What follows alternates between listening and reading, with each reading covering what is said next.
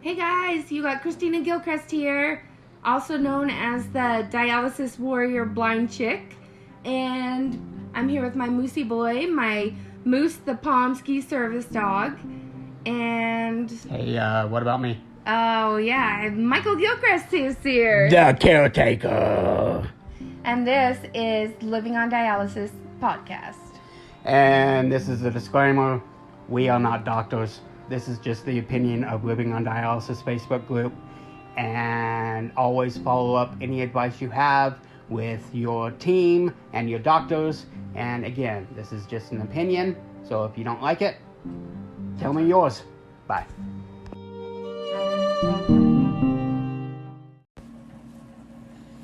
Hey guys, this is Mike. And Christina. And this is the Living on Dialysis podcast. And today I am super duper excited. You guys all may know her as the Dialysis Diva, but her name is Brielle. Okay, Brielle, you gotta help me. Chirila. That is just so beautiful. I love it. Thank you. Okay, so we are getting your story today, and I am excited. And take it away. Well, thank you so much, Christina and Michael, for having me here and listening to my story. And I'm just so incredibly honored. And I can't wait to just talk with you guys more. So yes, my name is Brielle Chirila, and known as the Dialysis Diva on social media. I live in Columbus, Ohio, and I am a proud 45 years old because I've been doing dialysis for 32 years. That is freaking nuts. That hurts. That hurts. That is amazing. Yeah. So tell us, how young were you when you were first diagnosed? So I was diagnosed with renal reflux around the age of 12. They did a surgery. So basically what renal reflux is. Yeah. That's like the layman's terms for it. It's like a big word that I can't even pronounce. But renal reflux, I was probably born with it. My cousin actually grew out of it. Wow. As she got older. Yeah, but I didn't. I had a lot of stress in my life. Growing up, unfortunately, my mom passed away when I was about 9 years old. Aww. And my brother and I went through this horrendous custody battle. But it all ended up really good. My stepdad, he's my dad. Yeah. He raised us, okay? My brother and I. That's awesome. He adopted us. And so when I was about 12, I was getting like bladder infections, high blood pressure, stuff like that. They did a test, which was not very pleasant on me. Aww. 12 years old, yeah. And they found that I had this renal reflux. So they did the surgery to reimplant my ureters in the bladder. Okay. And everything was working great. Everything, wasn't flowing back up to the kidneys. So every time I would go to the bathroom when I was younger, just a little bit of urine would travel back up to my kidneys. And that's the reflux part of it, right? And that's the reflux Okay, part. Yep. that makes sense. Okay. Yep. So I finally got the surgery, and it worked for about a year, but then my labs were looking really bad. Like creatinine was going up, GFR was going down, like how well your kidneys are performing, that GFR. And then my BUN was going up. What actually put me into the hospital, I was 13 now, was my hemoglobin. It was really, really low, and I would come home from school and just be really tired. My dad caught me a couple times, doing my homework outside and falling asleep on the grass. Oh my gosh. So we knew something was going on. I didn't have any other symptoms though, I wasn't puffy. I didn't have all of those other symptoms that go with, the kidney disease. But my numbers were looking really bad. So that's when I started peritoneal dialysis. Okay, so you started peritoneal at the very beginning. Yep. Wow. Yep. And I did the exchanges. Now, this was back in 91, so I didn't do the cycler. Oh, wow. I did the exchanges throughout the day. So I did 3 exchanges per day. So one early in the morning, one when I got home from school, and then one before I went to bed. Oh, wow. So all manuals. Yep, all manuals. Okay. Wow. And I did that for only about 6 months, because then that's when my dad gave me a kidney. And unfortunately, though, it didn't work. I was still in the hospital recovering when it rejected. So they told me that my body was actually rejecting the immunosuppressants. You know, the medications that go along with the kidney. Oh, yeah. We all know those. Yes. So I went back onto dialysis. This time, though, I went in-center. Okay. When I did PD and did those exchanges, so I'm a petite person, okay? I only weigh about 104. I'm 5 foot, and You're like pocket size. Polly Pocket, yeah, that's what Yeah. tell me. So the fluid in my belly was sloshing around. Oh. It looked like I was about 5 months pregnant. Oh. So I got bullied so bad in middle school. I mean, so bad. It was not good. Oh, that's So, awful. You know, PD works. I know. People can Yeah. people can be Middle such school. asses sometimes if Yeah, they actually and knew, you know. Especially middle school. Yeah. You're so You know? right. Yeah. It was mostly just middle school boys that, you know, just really bullied me. But anyway, that's why I switched, because usually PD works very well. I know, Christina, that worked very well for you, you know. Yeah. And usually it does for patients. But for me, I just felt very bloated all the time. Yeah. So that's why I switched. Well, to and you were in-center. so young and you're still developing, and that's a lot on a Yes. little body. Yes. Yep. You got that right. 100%. So I switched to in-center and actually went to a regular dialysis center with, like, most of the people in there were like 60 or older. Yeah. Yeah. It was freaking scary, you know? And these people would come up to me and they would be crying. I didn't understand why. And now, I mean, to this day, I know why they were crying. They felt very sorry for me, 'cause I Yeah. was so young and everything, you know? So I did that for about 3 years. I actually had a fistula placed in my right arm. And so what happened to that after 3 years, and Christina, you can vouch for this, but mine was a fistula. My graft was, or my fistula was being too good. Okay. Yeah. That's what mine did. That's what we think a graft is doing too. Yep. But I was getting symptoms of it, like not really good symptoms. And the symptom I was getting, it's called ascites. Have you guys ever heard of that before? Uh-uh. Yeah. No. So ascites is this apple juice looking fluid that collects in your peritoneal cavity. Oh, And wow.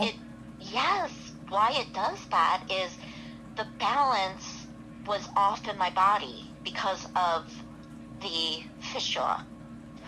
And what it was doing, it was enlarging the right side of my heart and then creating this ascites. Oh, So my gosh.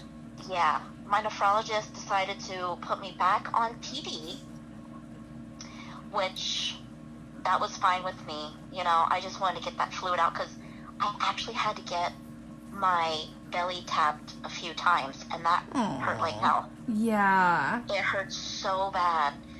But I'd rather, you know, I'm like, okay, I'll do this as long as I need to. And my brother was getting to the point where he wanted to donate a kidney to me. Okay. So that was back in 98. And so he donated a kidney to me. Unfortunately, the same thing happened, but this time I got so sick. It was like my body was telling me, what are you doing? Don't ever do this again. Yeah. But you guys know that kidney transplants, they always, not always, but they usually work for Yeah. patients, Yeah. you know? Yeah. With me, it just rejected right off the bat because I can't take those immunosuppressants. My body just rejects those. And I actually got pancreatitis from the immunosuppressants. Now, that's just me. A lot of, like I said before, a lot of patients, you know, they do fine. Yep, it's true. I know several of patients that have kidney transplants, and they do wonderful. And they're just going on years, and it's just Years. when it and works, years. it's phenomenal. It's like Sam and Lacey. They're going on 15 years now, I think. Oh, Yeah. that's wonderful. So yeah, it's amazing. You hear these stories of Yeah. just, and it's crazy. So And it does kind of just reconfirm how different all of our bodies are. Like, we're going through such Exactly. similar things, but a body's going to react different than someone else. so Exactly. what's your blood type? My blood type is A positive. Okay. So at this time, when you were rejecting this second kidney, how old are you? I was 21 Oh, with the second one. my goodness. I know, it's just like, and I turned 21 in May, and it's like, oh my gosh, I have my whole life. You know, you're 21, you feel like you can do anything, Yep. and just that second one really, like, I almost died from the If- pancreatitis. Yeah, kind of I explain the pancreatitis to. I mean, I know we've talked about it before, but let us Yeah. kind of explain what that is. So pancreatitis, it's when your pancreas is like very inflamed. And at first, guys, they didn't know what was wrong with me. Oh, no. Yeah, so I had, not to get nasty, but I would always have diarrhea. My parents actually thought that I had an eating disorder because anytime I would look at food, I would throw up. Oh. And I told them, I want to eat so bad. It's like, I want to eat that food. But I couldn't because your pancreas basically, it's like so inflamed that it makes the body do stuff, you know? So finally, they I went to this other doctor. We went through like, I don't know, 4 or 5 doctors, found this specialist. He's like, yeah, she's got pancreatitis. Oh, She my. can't eat. Because Well, I was they- like in and out of the hospital. The interesting thing is, like, when I got it, they said that there's only 2 things that causes pancreatitis. And they said either you're drinking way too much or you're just eating awful processed food 24/7. And so they put her in this box, and it's like, and kind of the same thing where Christina was losing and losing and losing weight because same thing, anything she ate would make her sick. So Yep. if Yes. so every time she ate, it would cause the pancreas to work, which was inflamed, which caused belly damage and throwing up, and so it's just this domino reaction where you're hungry, you eat, it makes you more sick, but yet you're hungry because you want to eat, and your body's kind of doing what it's supposed to be doing, but every time you do, you're getting sick. Yeah. And that was the same And, thing you with know, Christina. She was getting like bone thin. And finally, we took her into the doctor. I'm like, it has to be something. And that's when they finally diagnosed pancreatitis too. Pancreatitis, yeah. Yep. And you know, guys, I got down to about 65, 70 pounds. Oh, I can't my really remember. Goodness. I was skin and bones, and once they knew what it was, you know, couldn't even have water because that would Yep. start my pancreas to, like, go into, if you will, convulsions. And your kidney disease, like, you have to limit your fluid. And so they're like, well, all we can do is have you drink a ton of water. I'm like, I can't do that. Yep. And what they did for me was they put me on TPN. Do you guys know what that is? Yeah. Okay. I don't. Okay. Like I don't. Let me know. It's basically a feeding tube. It was placed in my chest, and I think it's total protein nutrition. Yeah. So it has all the lipids in it that you need. It does have, like, water and fluid. Yeah. But it's got all the nutrition that you need to basically stay alive. Yeah. Okay. And you don't have to eat. Okay. It covers all of that. So it's basically making it so you don't have to use your pancreas. Yes. Yep. Okay. Exactly. So I was on that for 3 months, and then finally my doctor said, okay, we're going to try some food. Don't get too excited. It's only going to be fat-free candy. Okay. So I was eating, like, Nerds and lollipops. And so we started slow because I couldn't have anything with fat in it. Right. So after the candy, I started doing, like, low-fat bread, like solids after that. Yeah. And then once that cleared and all my, like, amylase, lipase, all the, those fat levels, once those were okay, Yeah. I started, like, adding a little bit more fats here and there. So were you It was a process. were you doing PD during this time as well, or were you doing hemo? I went, so after the kidney transplant, they placed a catheter in my chest. They pulled out the PD catheter. Okay. And I was in center. Okay. Okay. So you were doing dialysis CBC. Yes. Okay. Yep. And then, so that was back in 98. 2001 is when, like, I had my catheter for that long. 2001 is when they pulled my chest cath and placed a graft in my upper thigh. Oh, why did they choose that? So they actually, so back up a little bit. They actually put a graft in my left arm, but that thing didn't work at all. They stuck it like 2 or 3 times and it clotted off. Oh, goodness. So then they placed the graft in my thigh, which I will tell you, I absolutely love, yes, I am using the word love, having it in my thigh. Oh my goodness. And are you still using that graft? Yes. Wow. So you've used that graft for almost 20 years? So I did have it revised back in 2008. Okay. And that's a story, let me tell you. My late husband actually saved my life.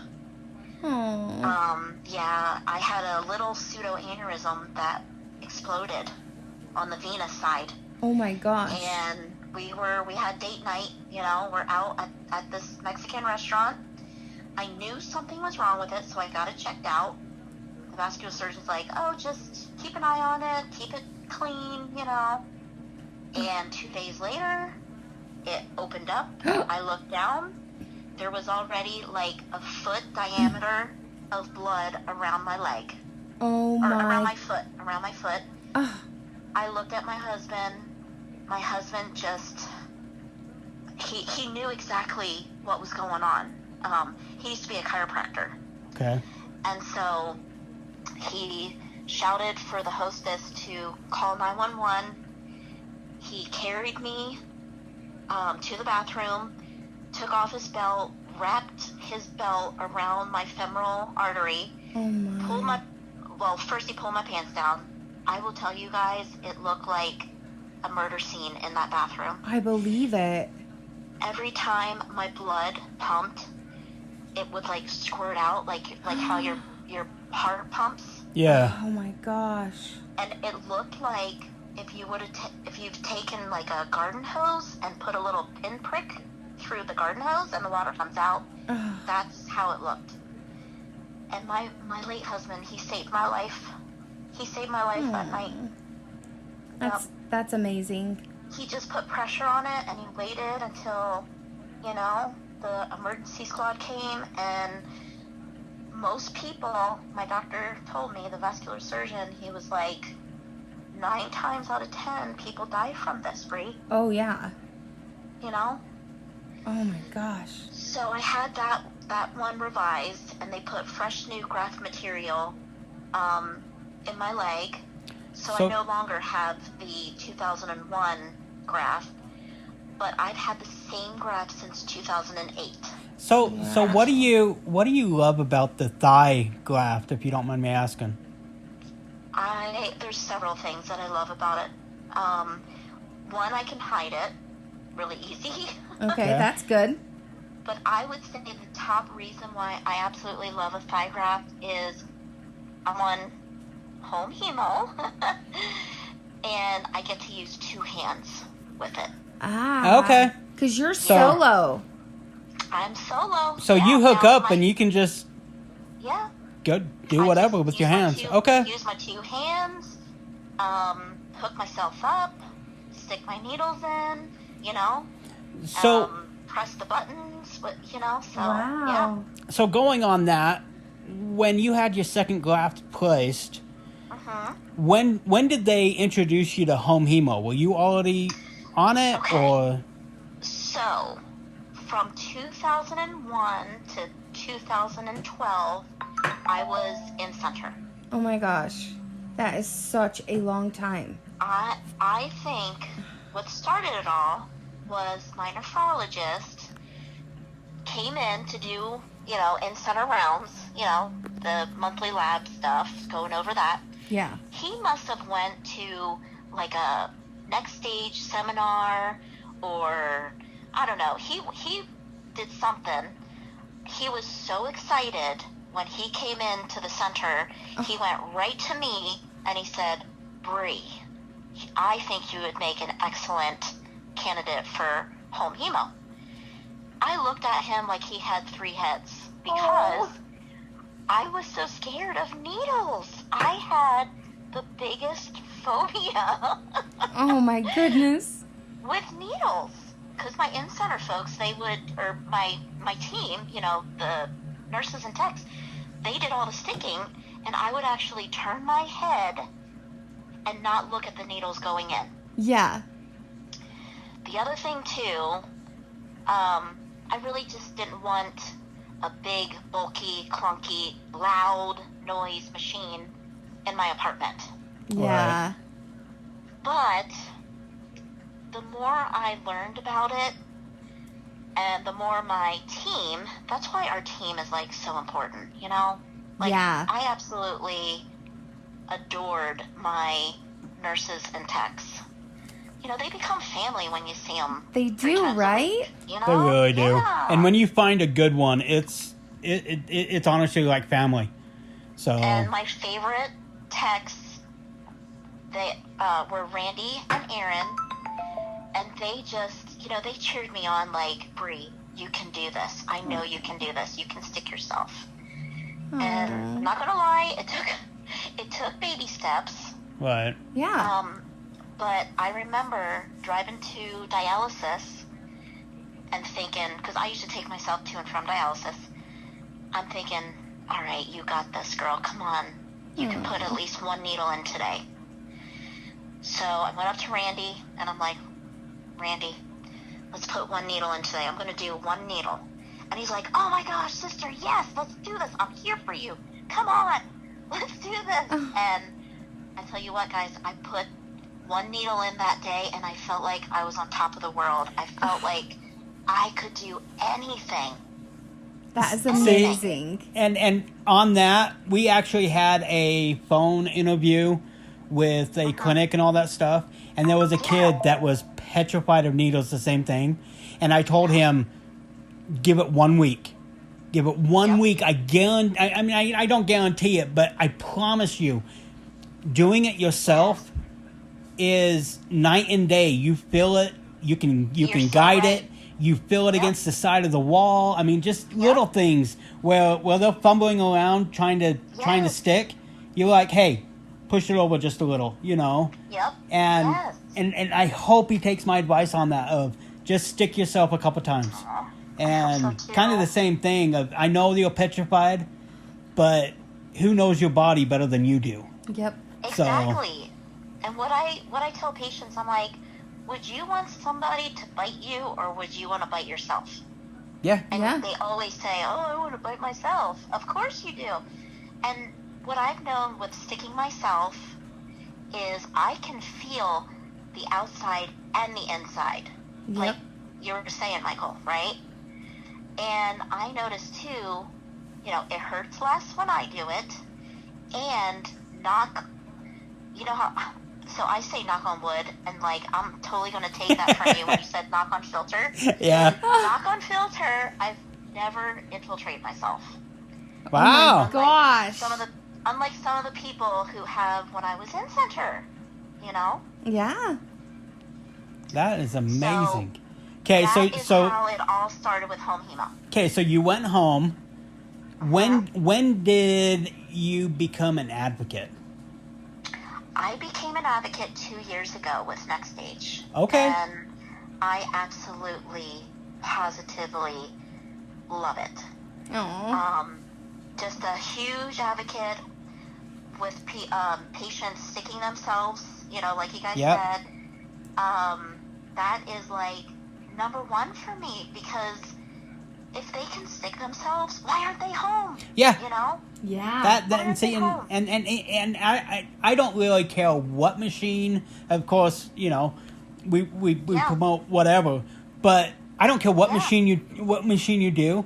Just go home. Yeah. Go home. And when just doing this podcast, when we were looking up the stats and all that stuff, I'm like, back in the 70s and 80s, Everybody was home. Yeah, it was like 40-45% were home. And then government got involved, made it a hospital procedure, and it's amazing how quick it went to, oh, no, I can't go home. And the light you see go off in people, you can go camping. You can, you know, we just recently went camping a couple weeks ago. Yeah. Where we did treatment up in the mountains. And That was awesome. it was amazing. And the amount of messages you get of, how did you do this dry camping? How did you do this? What generator are you using? The light that goes off in people's heads of, oh my God, we Wow, can't. that is an option. It just, it blows their minds, because I don't think enough people that I have talked to, like patients that I have talked to in some of these centers, they don't even know that there is home hemo. No. Yeah, it's so You true. know? And it's amazing. We're trying to convince our local clinics here to just put up a board. Put up a board of pictures going down the hall or something of Christina on the motorcycle. Yeah. Up in the mountains. You know, just little things like that. And all they have to do is see one, and it starts that itch. And it's amazing how quick people just be like, we had no idea. And it's kind of the same thing with us. We knew about PD, and then we went to a dinner luncheon thing, and Sam spoke. And it was, oh my God, we can do this as well. It was a Next Stage dinner as well. And our jaws hit the floor, because we're like, wait a minute, you can actually do home hemo. And Christina's been doing this, early 20s. Yeah. And we never knew either. It's crazy how much you get closed off in this dialysis environment where you don't talk to anyone, you don't associate with anyone. You're like, I can't talk about my medical. That's got to change. Yeah. Yeah, absolutely. Yes. Okay. I totally agree. So let's talk about the fitness side of Brie. Oh. Yeah. So Christina and I have something in common. I know. Absolutely. So Amongst other things. tell us your fitness journey that you've done while you've been on dialysis. Absolutely. So I've always worked out ever since I was 19. My dad tried to get me to work out when I was around 16, but I just wasn't into it. Yeah. And then when I turned 19, my best friend Jason would go to World Gym, and I'm like, all right, let me try this, you know? And I just absolutely fell in love with it the second time. I actually worked for him at a nutrition store, and I was seeing results, and it just, I don't know, I just fell in love with working out when I was 19. So I worked out really hard, and then actually did a show not until, oh my gosh, that would have been 2006 is when I did my first competition. That's amazing. And I had the leg graft, and it just, like, I did it because I wanted to inspire other dialysis patients. Yeah. You know, that you can work out. You don't have to, like, just not do anything, you know. If anything, just walk or do the bike. You know, back then, just a lot of patients in my center hardly did anything. Yeah. Yeah. So that's why I wanted to do that, you know. And just say I did a competition and I came in second place. So That's freaking amazing. That's insane. And I've noticed with me and my fitness, like, your level's gonna change at times. Sometimes you're a little bit sicker, so go sit on that bike, you know. Yep. And other times it's like you feel so strong and powerful. It's like, don't hold me back. Yep. So, exactly. Especially with the in-center, what advice would you give for supplements, pre-workout, stuff like that when you are doing in-center? It is so important to keep your albumin up. Yeah. So what I take is branched chain amino acids. I actually take Ultra Human. Okay. They come in like variety of flavors, and it's refreshing. It's not like chocolate or vanilla or strawberry. These flavors are like orange crush, sour candy. That's one of my favorites. What's the other one I like? Oh, dragonberry is kind of like a fruit punch. Okay. But it keeps my albumin up. Guys, it keeps it up to like anywhere from 4.8 to a 5. Wow. And we all know if our albumin is higher, we're going to feel better. Yeah. And do better, you know, on dialysis. Right. I love to eat protein, you know, like lean protein, usually grass-fed, organic. But yeah, that branched chain amino acid for me, it really helps keep my albumin up. And also, you know, it helps with endurance and strength. That's my number one supplement. Okay. That's awesome. We'll get a link from you, and we'll put that on the podcast as well. Sweet. Okay. Yeah. What about, like, do you do a pre-workout, or is that... So I do. Once in a while, I will take a pre-workout, and it's called, I don't know if it's still on the market, because Jason used to make this. Now, he's my best friend. He used to make this. It's called Focus Fury. Okay. He actually made it geared toward patients on dialysis. So wow. It's low in potassium, low in phosphorus, and so is that the branched chain amino acids too. He actually made that also Oh my gosh. for dialysis patients. That's way cool. That is amazing. Isn't that awesome? Yes. He's amazing. He's awesome. I've known Jason since, gosh, he was 15 and I was 16. So, yeah, his family is like my second family. So. Well, is he on the group? He's not a big Facebook, Instagram fan. Well, damn it, give him all information. Yeah. Maybe one of these days. Hopefully, you know what? He's got to hear the podcast. That would be awesome. Yeah. So. And maybe he will, hop on Facebook. That'd be really cool because I'd love to get some posts or something showing the different products and what he uses and what he recommends. Yeah, that'd be way cool. It's so hard to find something that really does fit into the perimeters we have to follow. Exactly. So that's incredible. And there's no sugar in this. monk fruit. It's sweetened with monk fruit. Oh, okay. That's And amazing. we can have that. So, Wow. you guys, I will send one to you. Oh That'd my be cool. gosh, For free. that's awesome. That'd be really cool. I'll ship you out one. Okay. You guys can try it and maybe, like, I don't know, make a video, see what you think about it. Oh, hell yeah. Okay, Yeah, for let's sure. for sure do that. Okay? Yeah.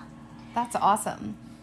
All right, Oh, so you've been doing home hemo forever. You've been working out. You've been killing it. You've been doing amazing. So we try to wrap things up with, Okay.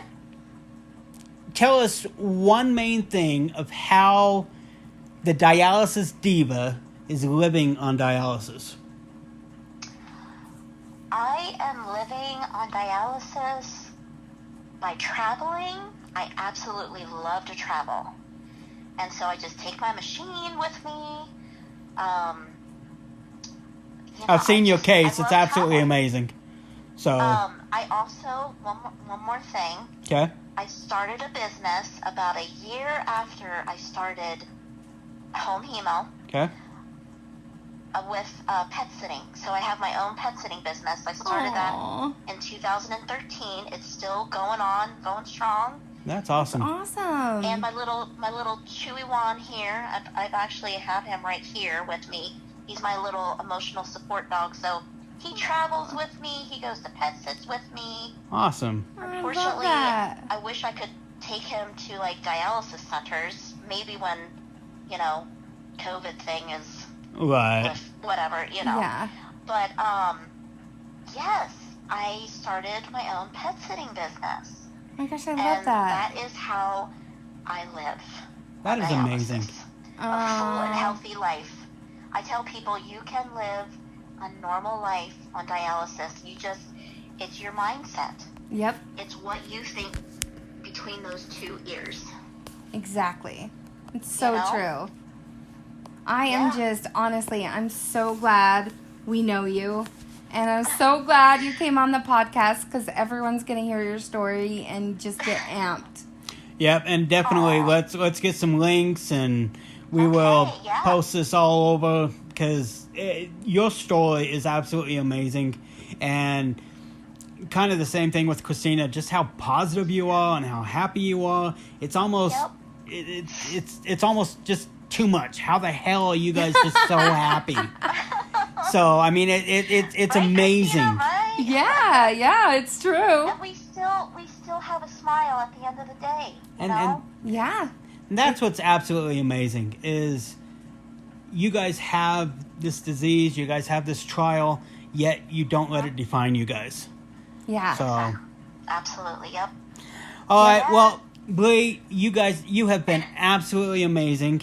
Yeah. And thank you You guys so are much too. for Thank you so sharing much. your I story. feel- And I am So keeping your honored. phone number. Definitely. Call me, text me, send me funny stuff, whatever you want. Hell yeah. That's we awesome. are locked now Okay. as friends. So. Absolutely. So, Thank you guys so much. not a problem. Thank you. Thank you. You're amazing. All right, well, I was excited for this movie to come out. It's actually released on DVD, so I bought it streaming. It is Jurassic Park Dominion. I know I've reviewed this before, but hey, it's got dinosaurs. It's freaking awesome. So, Jurassic Park World Dominion, 4 years after the destruction of Isla Nublar, Biosin operatives attempt to track down Maisie Lockwood, while Dr. Ellie Sadler investigates a genetically engineered swarm of giant insects. This stars Christopher Pratt, Bryce Dallas Howard, Lauren Dern, Sam Neill, Jeff Goldblum, DeWanda Wise, Mahmoud Afi, Isabel Sermon, and just quite a few people. Campbell Scott, he was from the first one. He was Dodson. So, and then B.D. Wong. This pretty much, if you saw Jurassic Park 1, then you know the people that are in this. So here is the preview.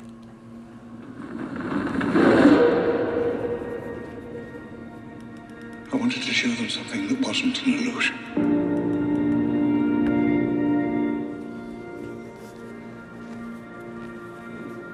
Something that was real.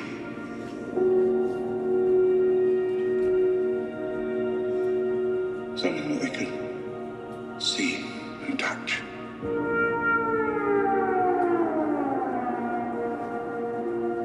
Creation is an act of sheer will. Life will find a way.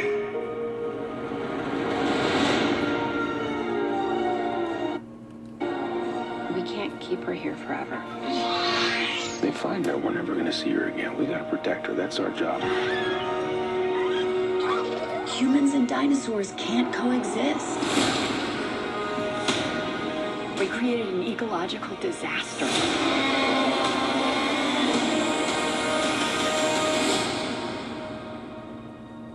Ellie Sattler. Alan Grant.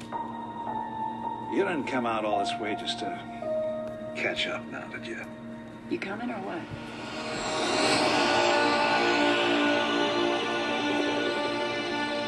We're racing toward the extinction of our species. We not only lack dominion over nature, we're subordinate to it.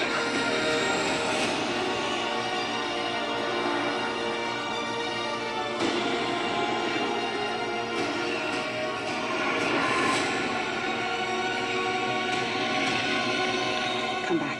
I always come back.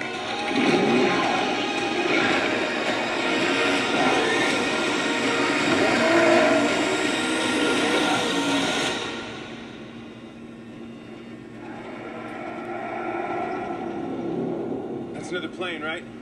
Not exactly.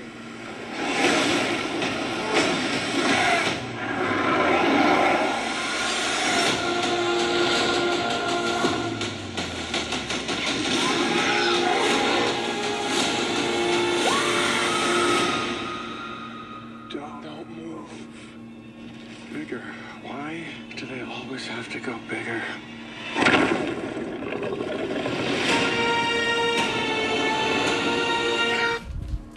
Okay, so that was the preview, and again, anything with dinosaurs is going to be absolutely amazing. They did great with the animatronics, but the cool thing about this movie is it has some extras of how they do the computer generating stuff, and that's always pretty cool. But then it has this short movie, and it is actually really cool. It's some people out camping, and you know how you're out camping and you see a deer walk up or a moose. Well, imagine if it was a dinosaur.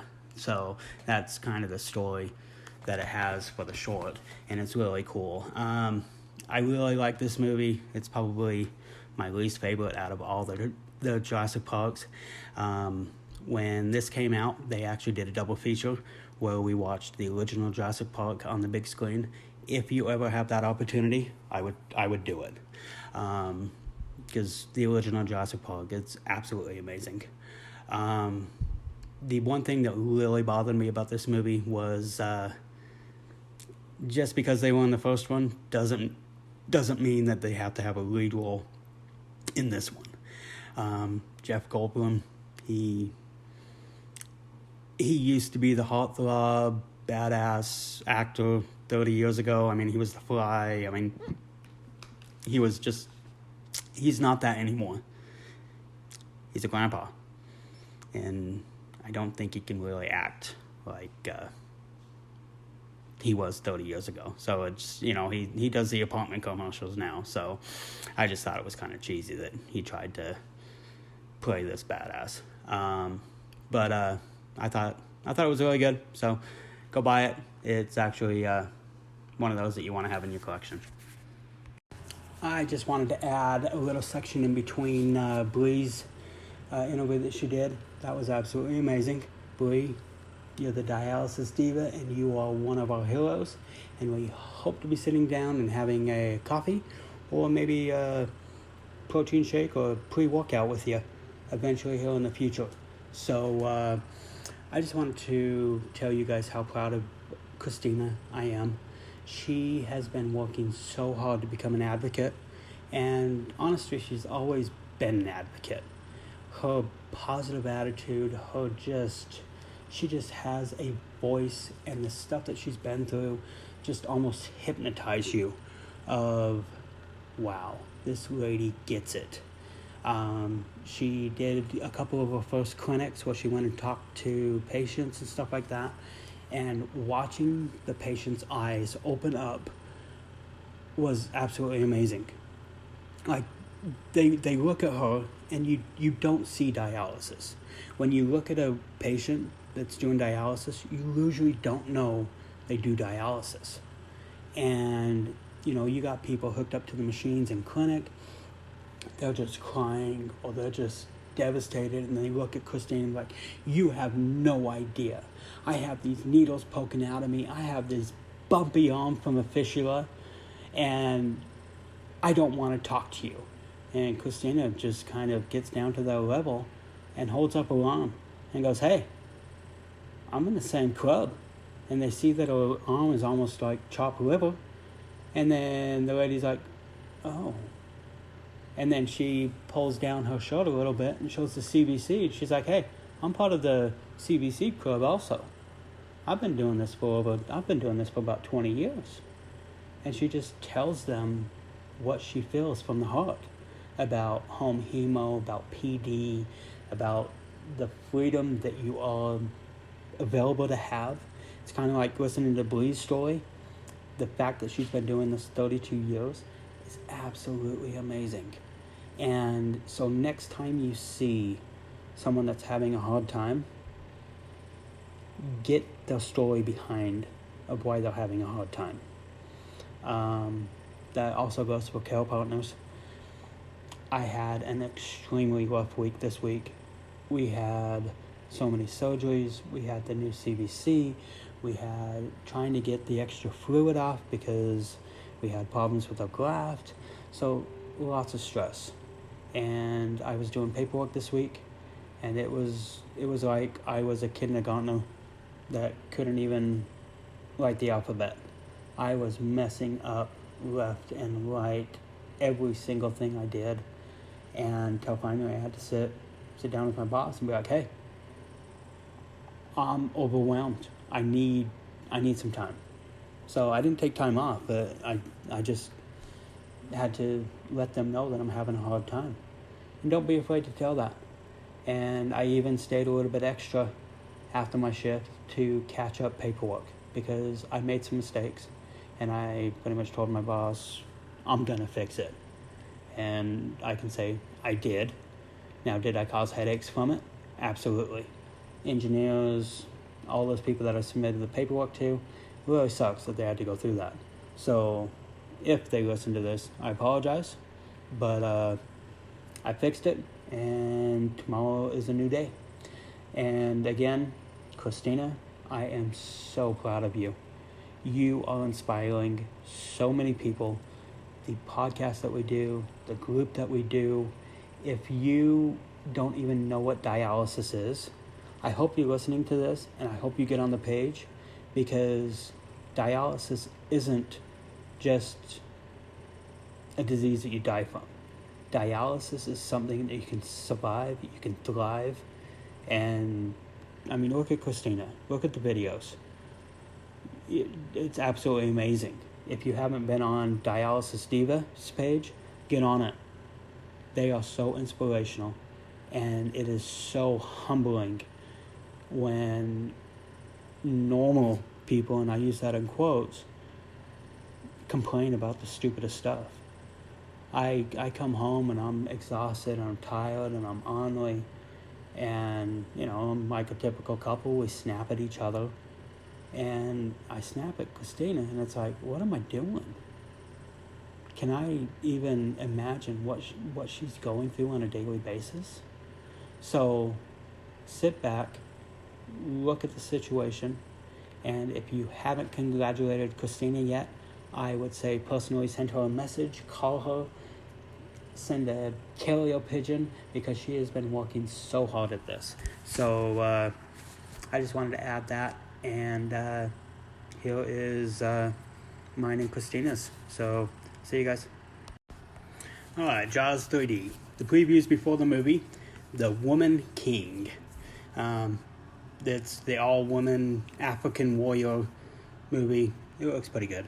Tara, which starts out with a woman puffing out smoke, and I swear it goes for like 5 minutes. And then she's leading an orchestra. It's weird, but it might be good.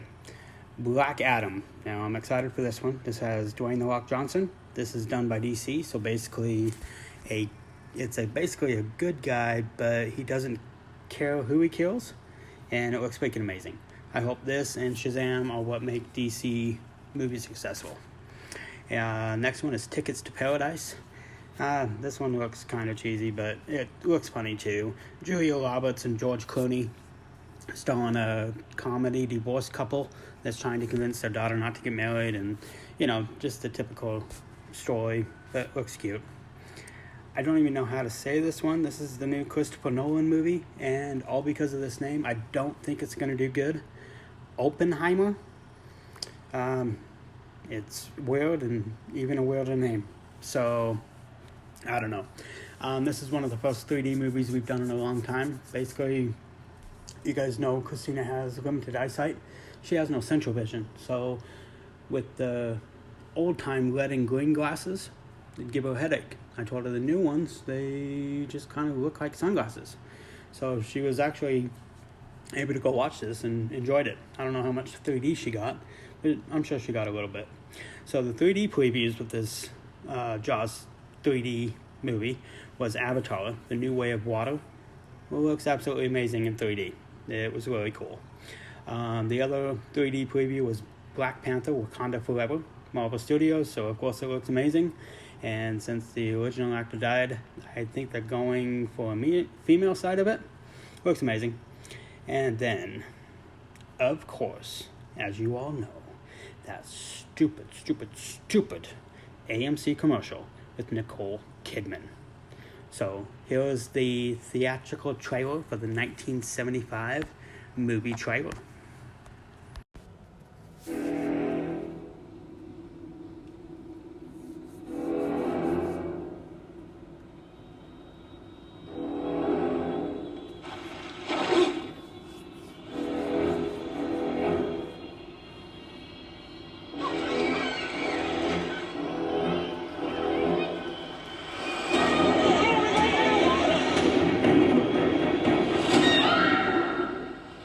Shark. We've got a panic on our hands on the 4th of July. Shark!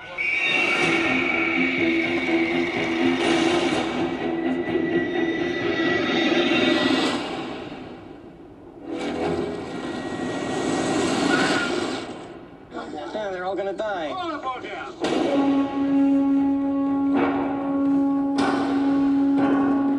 This shark? He's got lifeless eyes, black eyes, like a doll's eyes.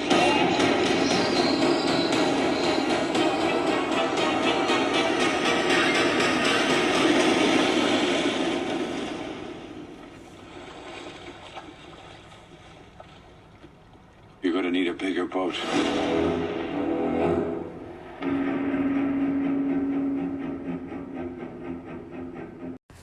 Alright, Jaws 3D. It came out in 1975. Well, the original came out in 1975. The 3D version came out in 2022, and it is absolutely amazing.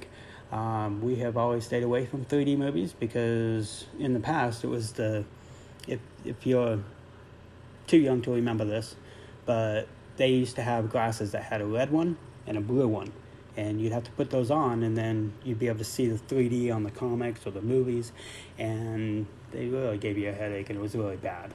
Christina could never do it because, as you know, she has limited eyesight, so it would give her a headache, and she could never see the 3D because she would either have to look through one eye or the other.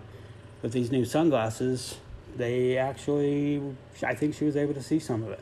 Not much, but it didn't give her a headache. So the olden days of where if you wanted to see it in 3D or not in 3D, just go and put the glasses on. Not a big deal. It's not going to make you sick or anything like that. At least I don't think it will. The movie is starring Roy Schneider, Richard Dreyfuss. And if you don't know who those people are, you're way too young. Richard Dreyfuss actually did a movie called Holland Opus. And he was a conductor and wrote music and was a high school music instructor. And music was his life. And then he had a deaf son. And he, it was like, why would God do this to me? and he realized that the vibration and the lights, he was able to communicate with his son through music. So if you've ever been to a music show and the lights are flashing, it's usually for the deaf people in the audience. And it's actually kind of cool that he's the one that invented that. I had a deaf sister, so it kind of resonated when I was younger. So go see that movie. And just remember, Mr. Holland Opus. It's a really cool movie. This movie was also directed by Steven Spielberg. If you don't know who that is, it's the same person that directed Jurassic Park. So he's pretty much badass. When a killer shark unleashes chaos on a beach community of Cape Cod, it is up to the local sheriff, a marine biologist, and an old sea hunter to hunt the beast down. Well, honestly, if you don't know what Jaws is, you need to move out from under that rock you're under and go watch a movie. Get out. It's fun. It's released for a couple hours. Go on a date to the movies.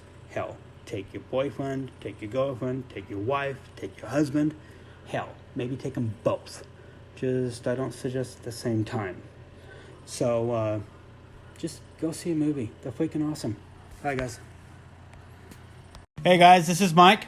And Christina. This is the Living on Dialysis podcast. We just got done talking to the amazing Brie, the dialysis diva. And she definitely is. Yeah, she absolutely is. Her story, if you didn't listen to it, go back, listen to it 5, 6, 7 times, because it is absolutely amazing and it's inspirational. She is definitely one of my heroes now. Yeah. Because just so powerful. She really is. And the positive attitude that she has with all of the trials that are given to her is just amazing. Yeah.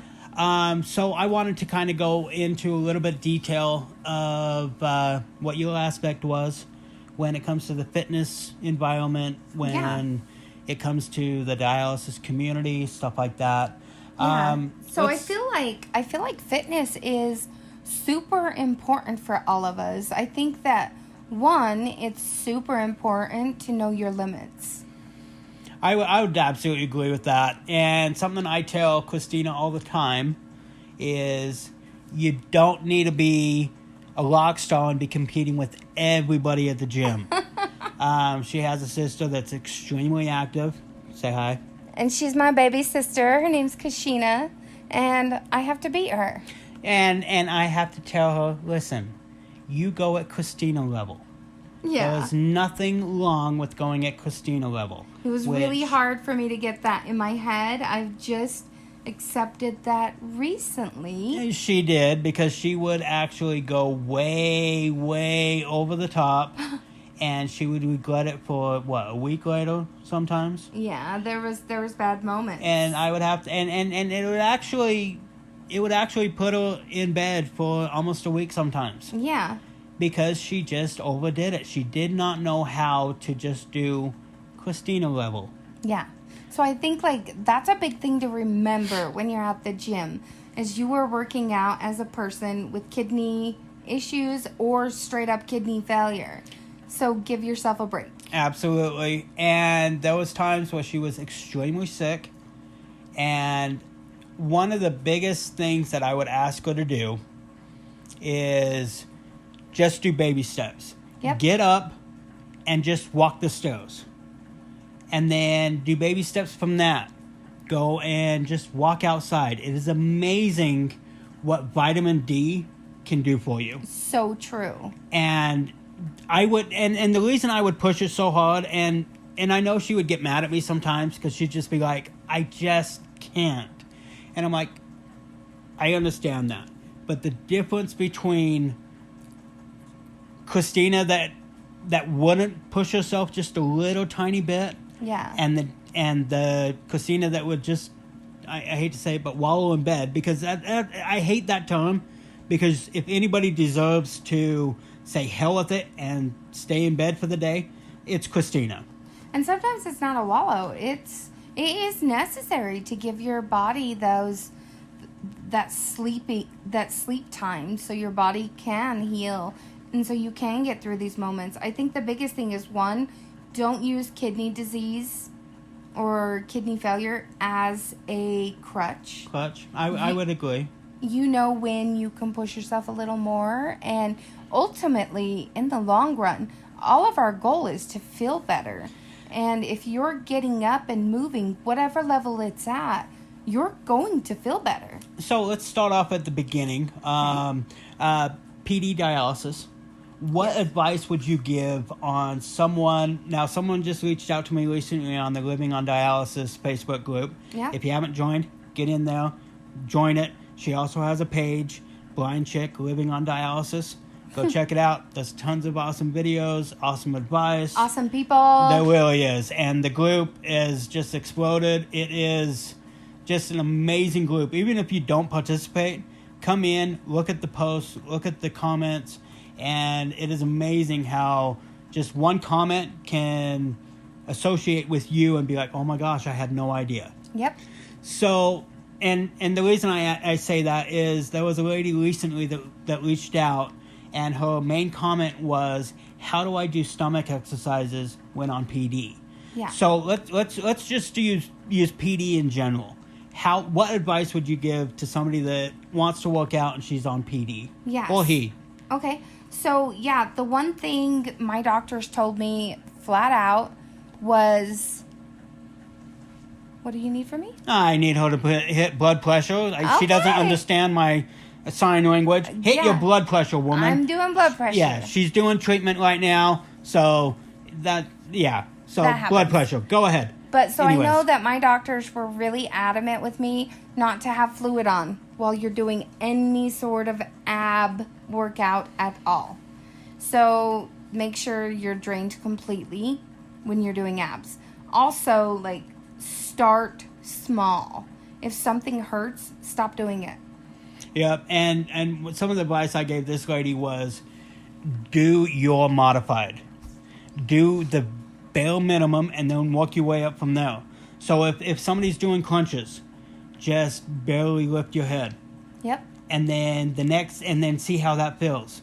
And definitely don't push it too quick or too fast, but then work your way up to, okay, you're actually doing a little crunch. And then you're actually able to actually do maybe even a sit-up and stuff like that. I think kind of for me is I realize to be nice to my body, and sometimes we go in there and we are just focusing on pushing ourselves as hard as we can, and that's not always what your body needs. So be nice to your body. And I would tell Christina, you don't need to be balls to the wall. Just do Christina. Yep. And then if you want, you can expand from that.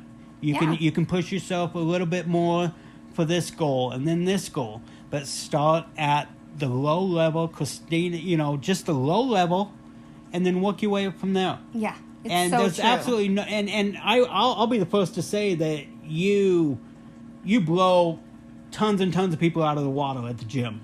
I mean, I've seen you working out, and I hate to say it, but usually I'm the one needing a little bit more motivation, because you're over there sweating buckets, and it pushes me to, if she can do this, I can too.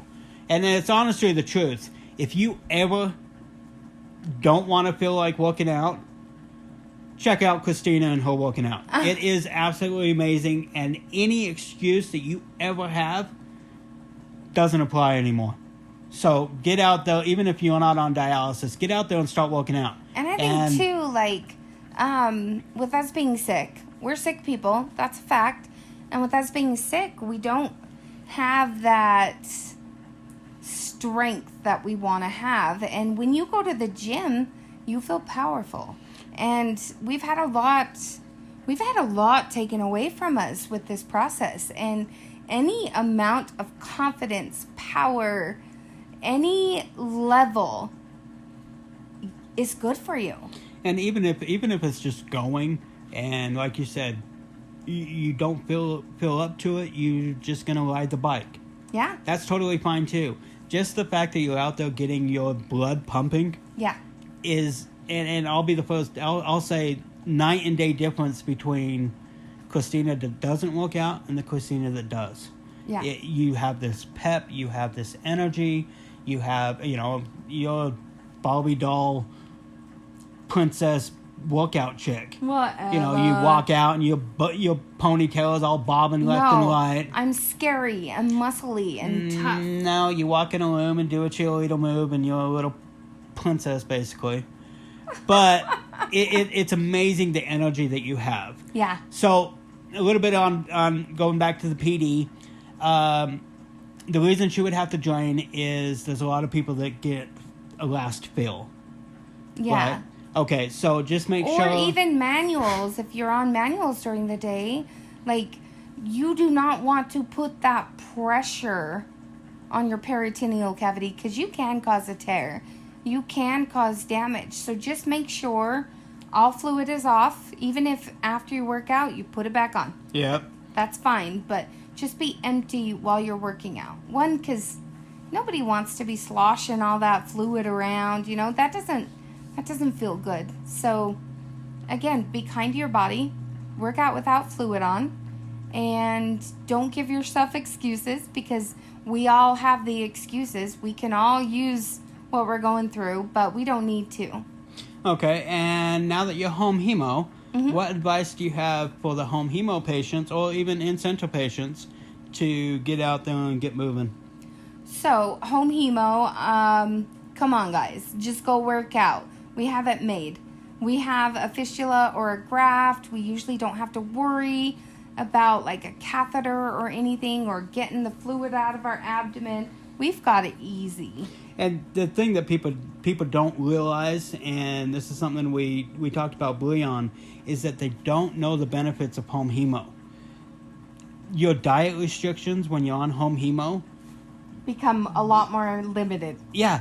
In fact, some of her... Oh, wait. They become more unlimited. Right. Some of her clinics that she goes to, her nurse tells her, eat some cheese. And for any dialysis patient to get that advice is absolutely crazy. And it's awesome. And it's awesome. She loves cheese. And the diet restrictions, and in fact, the diet restrictions of any home hemo is the extremely limited, those few? Few. Yeah.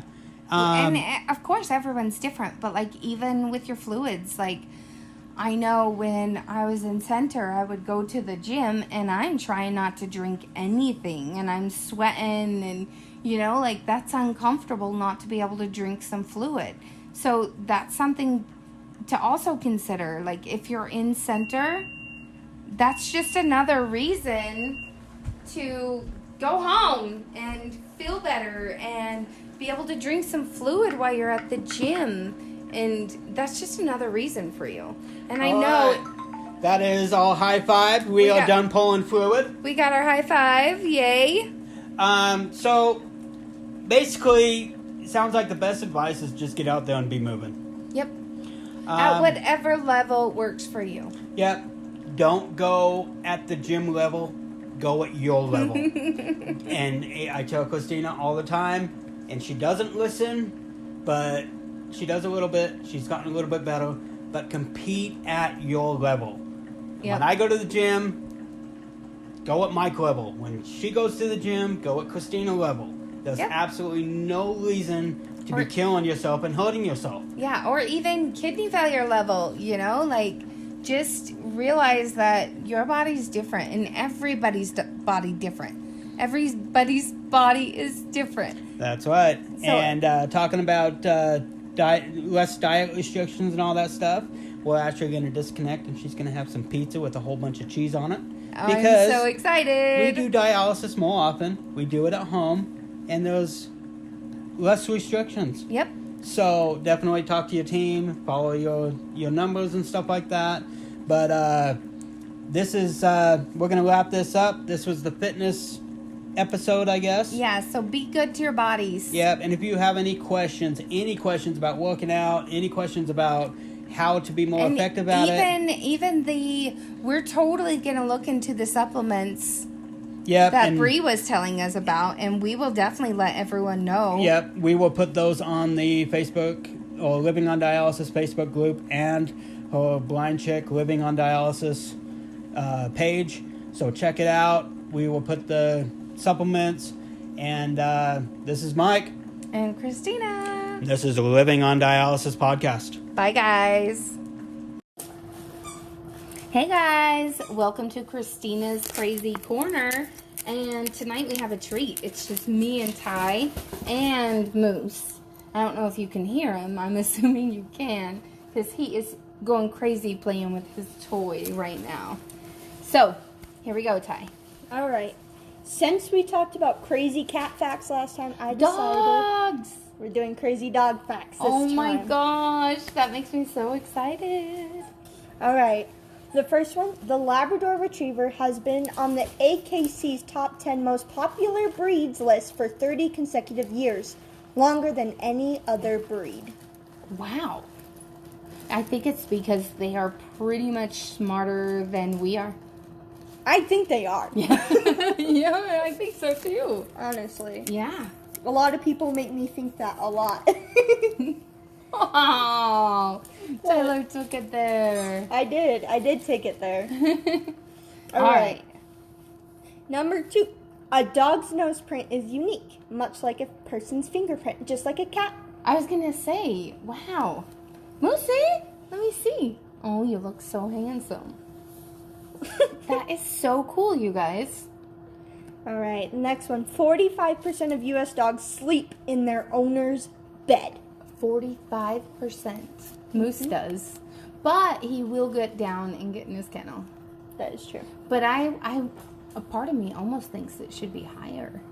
Yeah, well, I don't know. Honestly, I'd like my dog to sleep with me. Like, I like my cats to sleep with me. I know. But, like, there are some people that think it's unhygienic and kind of, like, just gross. I gotcha. That makes sense. That makes sense. Yeah. Okay, keep going. All right. Speaking of sleeping, all dogs dream. But Okay. puppies and senior dogs dream more frequently than adult dogs. Really? So it's just like us. Right? We lose our dreams in our adult years. You grow out of your dreams and then you start making new dreams. It's perfect. When you're past the point of achieving those dreams. No, I think you are still capable. Don't let anyone tell you you are not good enough. Be your own advocate. Gotcha. It's part of the page. Okay, keep going. Okay. 70% of people sign their dog's name on their holiday cards. Oh, I do. I just thought about it. I've never done that with Tink. When we had Tinkerbell, never did that with her. I do. I just did it. Like, I'm not even kidding. Like, 4 weeks ago I did it. I'm one of those. Yeah, I'm not. I never did it with Tinkerbell.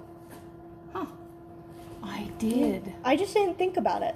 Now that I think about it, I probably would if I knew about it. Future, you're gonna do it? I don't know, but maybe. All right, next. A dog's sense of smell is legendary, but did you know that his nose has as many as 300 million receptors? In comparison, a human nose has about 5 million. Oh my gosh, where are they all? In his snout. Yeah, you say that, but look at that cute little snout. Moose, like, he doesn't have that much room. Well, he can I guess smell. I don't know. That's pretty cool, though. He can definitely smell a lot better than us. It makes me feel bad about when we're up at the property and I make him go in the outhouse. Yeah. I probably only have like 10 receptors because of my nose. Yeah. I can't smell, so. Yep, it's a thing. Yeah. She broke her nose doing tumbling. How old were you? I was doing gymnastics. I was like 13, 14. Yep. And the doctor said they couldn't fix it until she's 18. So she's had a crooked, sniffy nose since then. Yep. Yep. Can't breathe. Okay. All right, the next one. Rin Tin Tin, the famous German Shepherd, was nominated for an Academy Award. You're kidding me. Nope. Who was he up against? I don't know. Had to be a person. All dogs. It had to be a person. Yeah, it had to be. What if you got beat by a dog? I would laugh. I would kind of love that. I would love it, but at the same time, I'd be like, I was beaten by a fur bag. No, this beautiful, lovely creature. Right? Sure, in the moment, maybe I wouldn't think that. Maybe later I would. Okay. Alright, dogs' noses can sense heat/thermal radiation, which explains why blind or deaf dogs can still hunt. Oh, that's incredible. Mm-hmm. I bet you all hunters wish they had that. I bet. I'm sure. That is crazy. But yeah. They definitely got the upper hand. Yeah, I watched this one TikTok channel, and they have a blind and deaf dog. So how they wake it up is they put their hand there, and then it, like, immediately pops up. Or if that doesn't work, they, like, tap the ground, or, like, they lightly tap their ear. Huh. But yeah, That's crazy. That's actually a thing. Okay. Only one breed that was among the 5 most popular breeds in 1934, the Beagle, still remains in the top 5 today. Oh my goodness. That's impressive. Beagles. I didn't know it was you. What do beagles look like anyway? I'm not gonna call out people. I was gonna be like, it looks like so-and-so's dog. No, that's not nice. They're just small, compact, little beautiful things. I'm Googling it, because... Okay, she's Oh Googling. my gosh! So it's the dog from Fox and the Hound. Okay. Yeah. Okay, now I understand. How cute, right? I love how I made that reference to Fox and the Hound. I like it. Fox and the Hound is great. I remember learning that he was a beagle on a YouTube channel. I watched a video. Yeah. I'm pretty sure our friends have a beagle, too. Oh, yeah. That's why I was like, I can't throw that out. I remember Okay. that. Keep going. Okay. The name collie means black. Collies once tended to be black-faced sheep. So they named them after what they took care of? Yeah, after black sheep. Apparently. Well, collie is beautiful, you know? Uh-oh, Moose is getting riled up by Tyler. Well, he just brought it and dropped it in my lap. Threw it in my face. Well, keep going. We'll try to stop the Moosey boy. Okay. Yawning is contagious, even for dogs. Really? Yeah. Research shows that the sound of a human yawning can trigger one from your dog. And it's 4 times as likely to happen when it's the yawn of a person they know. Oh. That's pretty cool. Mm-hmm.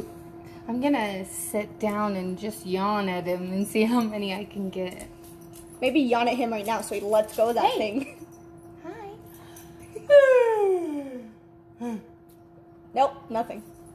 He's just going Nothing. at it. He still has his toy. Alright. Next one. The Dandy Dinmont Terrier is the only breed named for a fictional person. A character in the novel Guy Mannering by Sir Walter Scott. Wow. So it's named after a literal fake person. Don't tell anybody that. That would be sad. No? I don't want to be made up after a fake person. I mean, touche. Yeah, I don't want that. Then again, what if, like, someone names him Harry because of Harry Potter? That's okay. That's okay. Yep, that one's good. That one's good? Yeah. That one's okay for you? Yeah, I'll take that one. Alright, next one. Dogs curl up in a ball when sleeping to protect their organs. Oh. A holdover from their days in the wild when they were vulnerable to predator attacks. Wow. He did that in my room the other day. He laid on my bed and he circled up in a little ball. Wow. And just like tucked himself in with his tail. He does that a lot. I know. That means he thinks we're gonna harvest his organs. We won't harvest your organs, Moose. We promise. I don't know. Does he have a kidney? Probably one that wouldn't work for you. Just kidding. I'd never do that. Never. Next one.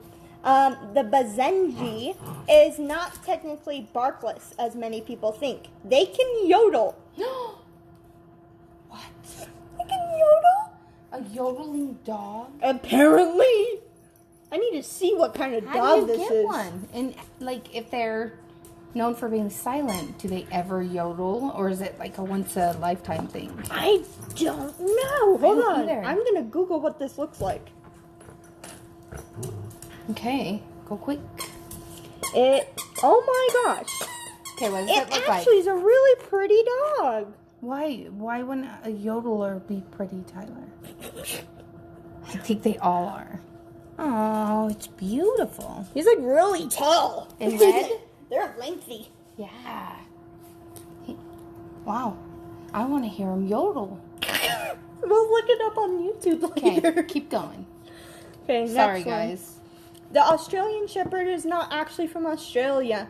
They are an American breed. You're kidding. Why is it named an Australian Shepherd then? I don't know, someone really liked their accents and they were like, yep, that's what we're going They're with. like, Australians remind me of this dog. Yeah. They saw how beautiful they were and they're like, yeah, let's do that. Exactly. Yep. Makes sense. All right. The Labrador Retriever is originally from Newfoundland. Wow. What? Yeah. So, like, all, like, the most popular dog, like, basically, is from Newfoundland. That's pretty cool. That's chill. Yeah. All right. Human blood pressure goes down when petting a dog. And so does the dog's. I actually learned this in a show. I was watching a show about, like, getting into your pet's minds. And apparently when you pet your dog and, like, or when you're interacting with them, they basically, like, take on the same emotion as you or, like, try to reciprocate, like, how you're feeling and try to, like, someone, like, they really trust, like, their owner. Oh my gosh, that's really cool. cool. And their blood pressure fluctuates with their owner. Now I'm going to love him even more. All the time now.